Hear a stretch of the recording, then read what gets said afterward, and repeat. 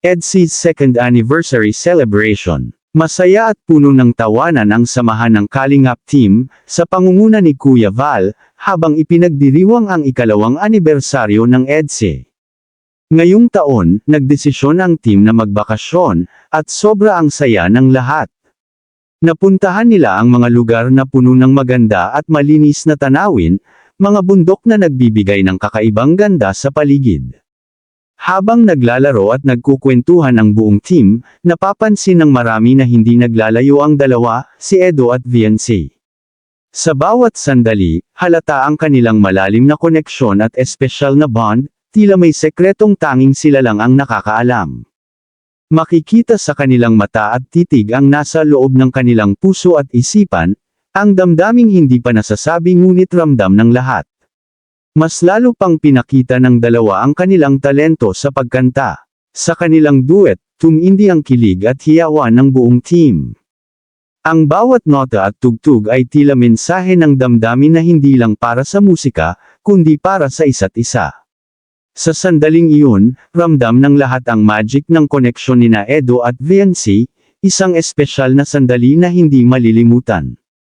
Sa pangunguna ni Kuya Val, ipinakita ng Kalingap team na ang diwa ng pagkakaibigan at pagtutulungan ay hindi lang sa oras ng pangangailangan, kundi pati sa mga sandaling dapat ipagdiwang ang buhay, talento, at espesyal na relasyon sa bawat isa. At syempre meron tayong maikling video tungkol dito. Tara, panoorin natin at damhin ang saya at kilig ng EDSI.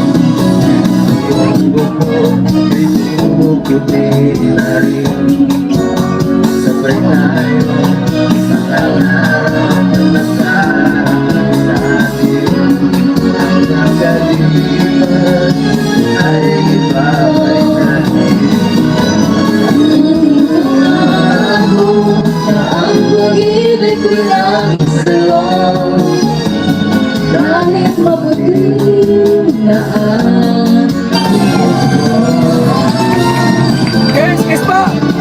Isang kiss pa dyan! Kiss! Kiss! Oh! Anong masasabi ninyo tungkol dito mga Kalingap? Please comment down below. Ingat lagi and to God be the glory. Merry Christmas and advance Happy New Year!